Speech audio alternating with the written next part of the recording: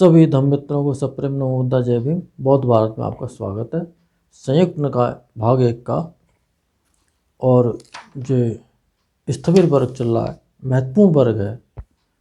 पूरे वीडियो को ध्यान से देखा करें, बहुत कुछ लाभ आपको मिलेगा। और ये इसमें जो तीसरा वर्ग है यमक सूत्र, सूत्र है तीसरा यमक सूत्र। ये बड़ा सूत्र है, थोड़ा सा वीडियो लंबा हो जाएगा, आप देखते रहिए। एक समय आयुष्मान सारपुत्र श्रावस्ती में अनाथपिंडक के आराम जैत वन में विहार करते थे। उस समय यमक नामक भिक्षु को इस प्रकार पापयुक्त मिथ्या धारणा उत्पन्न हो गई। मैं भगवान के बताए मार्ग को इस प्रकार जानता हूँ। यानी कि अपनी अपनी तरह से सभी लोग धर्म को समझ लेते हैं, और जब तक किसी योग्य व्यक्ति के साथ अगर वो वार्ता नहीं करते हैं तो उनकी वो धारणा ठीक तरह से सही नहीं हो पाती है। कि क्षीणाश्रव भिक्षु शरीर के गिर जाने पर मृत्यु के बाद उच्छिन्न हो जाते हैं, विनष्ट हो जाते हैं, मरने के बाद वह नहीं रहते। यानी कि जो व्यक्ति क्षीणाश्रव यानी कि अरहंत हो गए हैं, वो मरने के बाद उच्छिन्न का मतलब बिखर जाते हैं और विनष्ट हो जाते हैं, पूरी तरह से नष्ट हो जाते हैं, और मरने के बाद वो नहीं रहते हैं। कुछ भिक्षुओं ने यमक भिक्षु को इस पाप युक्त मिथ्या धारणा से इसको सुना। तब वे भिक्षु जहाँ आयुष्मान यमक थे वहाँ गए और कुशल क्षेम पूछने के बाद एक और बैठ गए। एक और बैठ उन भिक्षुओं ने आयुष्मान यमक को कहा, आबुस यमक, क्या सचमुच आप ऐसी पापमय मिथ्या धारणा उत्पन्न हुई है आपको? आबुस, मैं भगवान के बताए मार्ग को इस प्रकार जानता हूँ कि क्षीणाश्रव भिक्षु शरीर के गिर जाने पर उच्छिन्न हो जाते हैं, विनष्ट हो जाते हैं, और मरने के बाद वो नहीं रहते हैं। आबुस यमक, ऐसा मत कहें, भगवान पर झूठी बात मत थोपें, यह अच्छा नहीं है। भगवान ऐसा नहीं कह सकते हैं कि क्षीणाश्रव भिक्षु शरीर के गिर जाने पर उच्छिन्न हो जाते हैं, विनष्ट हो जाते हैं, और मरने के बाद नहीं रहते हैं। उन भिक्षुओं से ऐसा कहे जाने पर भी आयुष्मान यमक अपने आग्रह पर अड़े रहे, उसको पकड़े रहे और कहने लगे, आबुस, मैं भगवान के बताए मार्ग को इस प्रकार जानता हूँ। तब वे भिक्षु आयुष्मान यमक को इस पापमय धारणा से नहीं अलग कर सके। तब आसन से उठ जहाँ आयुष्मान सारपुत्र थे वहाँ चले गए। जाकर आयुष्मान सारपुत्र से बोले, आबुस सारपुत्र, यमक भिक्षु को ऐसी पापमय धारणा उत्पन्न हो गई है। अच्छा होता कि यदि आप कृपा करके जहाँ आयुष्मान यमक है वहाँ चलते, क्योंकि एक व्यक्ति को सुधारने के लिए उसके जो सहधर्मी लोग थे, भिक्षु लोग थे, वो कितना उत्साह करते थे कि ये किसी तरह से बच जाए, इसकी धारणा ठीक हो जाए, शुद्ध हो जाए, और बड़ा प्रयास करते थे। आयुष्मान सारपुत्र ने चुप रह करके स्वीकार कर लिया। तब आयुष्मान सारपुत्र ने संध्या समय ध्यान से उठ जहाँ आयुष्मान यमक थे वहाँ गए और कुशल क्षेम के प्रश्न पूछे एक और बैठ गए। एक और बैठकर आयुष्मान सारपुत्र आयुष्मान यमक से बोले, आबुस, क्या सच में आपको पापमय मिथ्या धारणा उत्पन्न हो गई है? आबुस यमक कहते हैं कि आबुस, मैं भगवान के मार्ग को इसी प्रकार से जानता हूँ। वो अपनी बात पर अड़े रहे। आबुस यमक, तो क्या समझते हो, रूप नित्य है या अनित्य? आबुस, अनित्य। वेदना संज्ञा संस्कार विज्ञान? आबुस, अनित्य। इसलिए यह जान और देखकर पुनर्जन्म में नहीं पड़ता। आबुस यमक, तो क्या समझते हो, यह जो रूप है वह जीव तथागत है? नहीं आबुस। वेदना संज्ञा संस्कार विज्ञान, यह जीव है। नहीं आबोस। आबोसिमक, तो क्या समझते हो? रूप में जीव है? नहीं आबोस। तो क्या समझते हो? जीव रूप से भिन्न कहीं है? नहीं आबोस। वेदना वेदना से भिन्न है? नहीं आबोस। क्या संज्ञा जीव है? नहीं आबोस। संज्ञा से भिन्न है? नहीं आबोस। विज्ञान जीव है? नहीं आबोस। विज्ञान से भिन्न है? नहीं आबोस। इस तरह से आबोसिमक, तो क्या समझते हो? रूप, वेदना, संज्ञा, संस्कार और विज्ञान जीव है? नहीं आबोस। आबोसिमक, तो क्या समझते हो?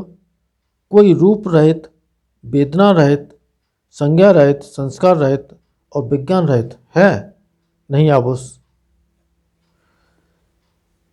आबोसिमक, तब यथार्थ में सत्यतः कोई ऐसा जीव उपलब्ध नहीं होता है, तो क्या आपका ऐसा कहना ठीक है कि भगवान के बताए धर्म को मैं इस प्रकार जानता हूँ कि क्षीणाश्रव भिक्षु शरीर के गिर जाने पर उच्छिन्न हो जाते हैं, विनष्ट हो जाते हैं और मरने के बाद नहीं रहते हैं।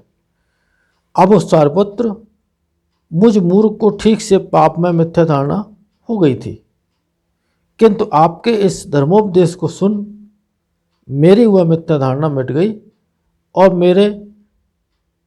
धर्म मेरे समझ में आ गया।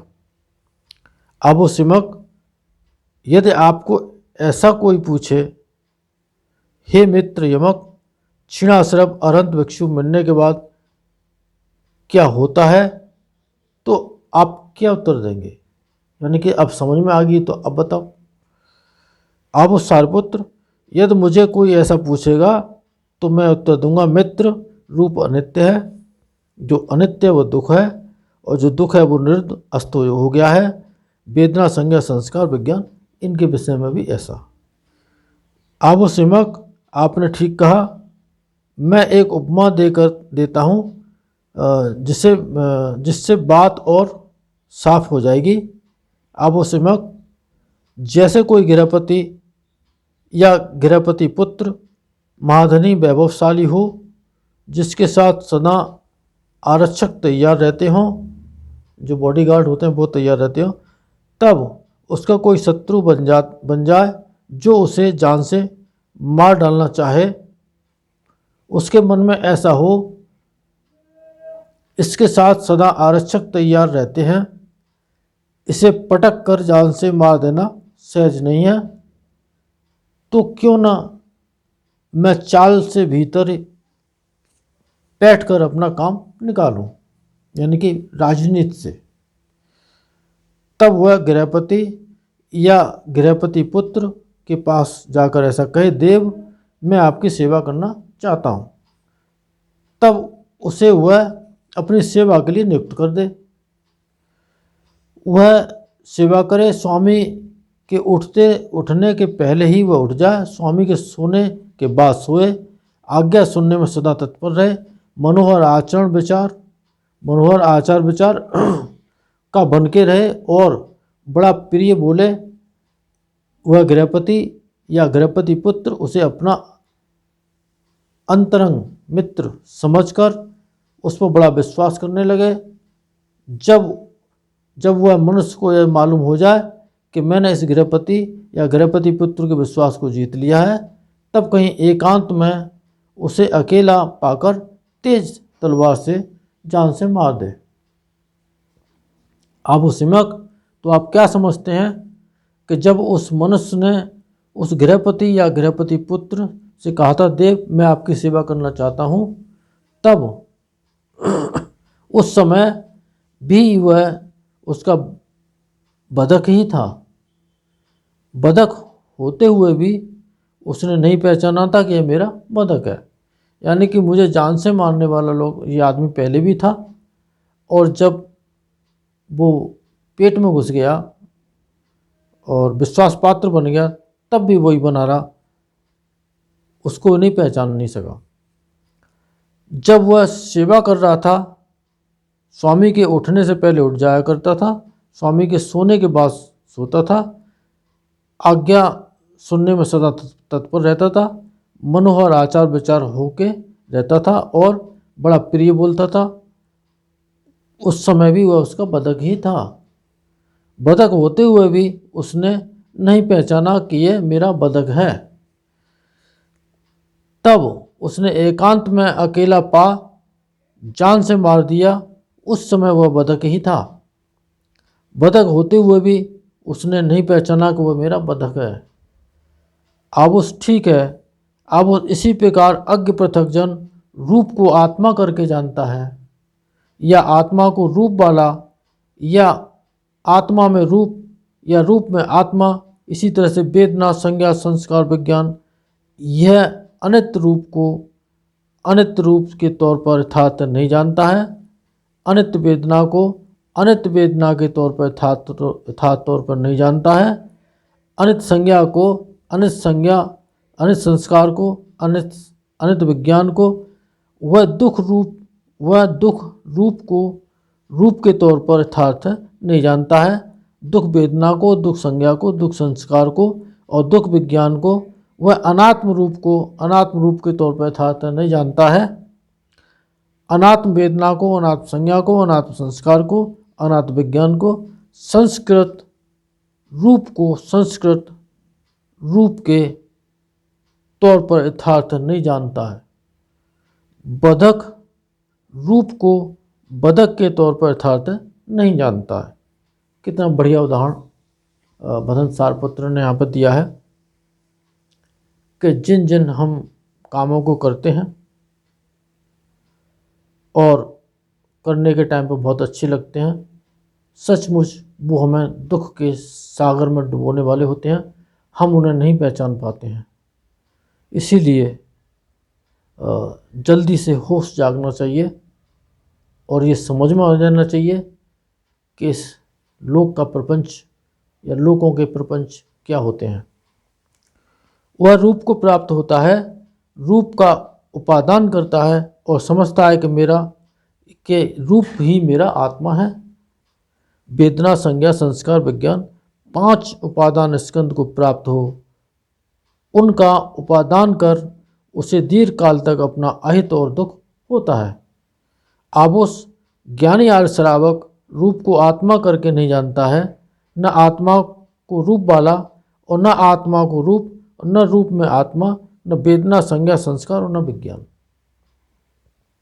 वह अनित्य रूप को अनित्य रूप के तौर पर यथार्थ जानता है, अनित्य वेदना को, अनित्य संज्ञा को, अनित्य संस्कार को, अनित्य विज्ञान को यथार्थ तौर पर जानता है। वह दुख रूप को दुख रूप के तौर पर यथार्थ जानता है। वह अनात्म रूप को अनात्म रूप के आधार पर यथार्थ जानता है। यथार्थ जानने का मतलब ध्यान साधना करने के बाद जो संवेदनाओं के आधार पर जो उसको अनुभव होता है उस आधार पर जानता है, उसे यथार्थ जानना कहते हैं।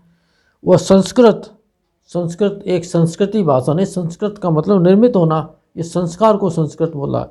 संस्कृत संस्कार का जो संस्करण होना है उसी को कहते हैं संस्कृत। संस्कृत रूप को संस्कृत रूप के तौर पर यथार्थ जानता है। वह बतख को बतख के तौर पर यथार्थ जानता है। ये 5 उपादान स्कंध ही बतख हैं, ऐसा समझना चाहिए। वह रूप को नहीं प्राप्त होता है, रूप का उपादान नहीं करता है, ऐसा समझना चाहिए कि यह रूप मेरा आत्मा है। वेदना, संज्ञा, संस्कार और विज्ञान न ऐसा समझना चाहिए कि यह विज्ञान मेरा आत्मा है। उपादान स्कंदों को प्राप्त न हो, उपादान स्कंदों को न प्राप्त हो, उनका उपादान न करते हुए, न उनको भोगते हुए उसे दीर्घ काल तक अपना हित और सुख होता है। जब आनंद लेने के स्वभाव में परिवर्तन ले आओगे तो लंबे समय तक सुख में पड़ जाओगे, ये निश्चित है। आबो सारपुत्र वे ऐसा ही होते हैं जिन आयुष्मानों के वैसे करुणाशील, परमार्थी और उपदेश देने वाले गुरु भाई होते हैं। वह आयुष्मान सारपुत्र के धर्मोपदेश को सुन यह आयुष्मान सारपुत्र के धर्मोपदेश को सुन मेरा चित्त उपादान रहित हो आश्रमों से मुक्त हो गया। आयुष्मान सारपुत्र बोले, संतुष्ट हो। आयुष्मान यमक ने आयुष्मान सारपुत्र के कहे का अभिनंदन किया। इन सत्य वचनों से, इनके प्रताप से आप सबका मंगल हो, भला हो, कल्याण हो, संसार के सारे प्राणी सुखी हों।